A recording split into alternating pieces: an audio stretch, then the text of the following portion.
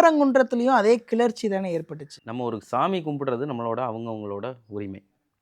தீபம் ஏத்துறது அவங்கவங்களோட வழக்கம், உரிமை. பேசாம விட்டிருந்தா அவங்க பாட்டு ஏத்திட்டு அவங்க பாட்டுக்கு போயிட்டே இருப்பாங்க. அப்பா முருகா அப்படின்னு கும்பிட்டுட்டு போயிருப்பாங்க.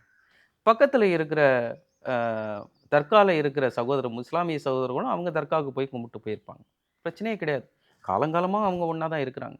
தீபம் ஏற்றக்கூடாது அப்படின்னு தர்கால போகிற இஸ்லாமிய சகோதரர்கள் தடுக்கல. சொல்லல. அவங்க வேண்டான்னு சொல்லல. தடுத்தது யாரு? இந்த அரசாங்கம். தேவையில்லாத பிரச்சனைய ஊதி பெருசாக்கியது, சட்டம் ஒழுங்கு பிரச்சனையை உருவாக்கியது, மத பிரச்சனைகள உருவாக்க முயற்சி செய்தது திராவிட முன்னேற்றக் கழக அரசு. திமுக தான் காரணம்ன்றீங்க. நிச்சயமாக திமுக. மதத்தால் மக்களை பிரித்து கொண்டிருப்பது திராவிட முன்னேற்றக் கழகம் மட்டும்தான். எல்லாம் ஒரு முதல்வர் அப்படிங்கிறவர் யாருக்கும் பாகுபாடு பார்க்கக்கூடாது. ஒருவருக்கு வாழ்த்து சொல்கிறார் அப்படின்னா இன்னொருத்தருக்கும் வாழ்த்து சொல்லணும். ஒரு இடத்துக்கு போறாருன்னா இன்னொரு இடத்துக்கும் போகணும். எதுக்கு வாழ்த்து சொல்லல முதல்வர்? ஒரு இடத்துல வாழ்த்து சொல்லிட்டா இன்னொரு இடத்துல ஓட்டு விழாதோ அப்படி. பாரபட்சம் பார்க்கறாருன்றீங்களா? நிச்சயமாக. பாரபட்சம் மட்டும் இல்ல. வேற்றுமை பாராட்டி பிரிவினையை உருவாக்குறதே திராவிட முன்னேற்றக் கழகம் தான்.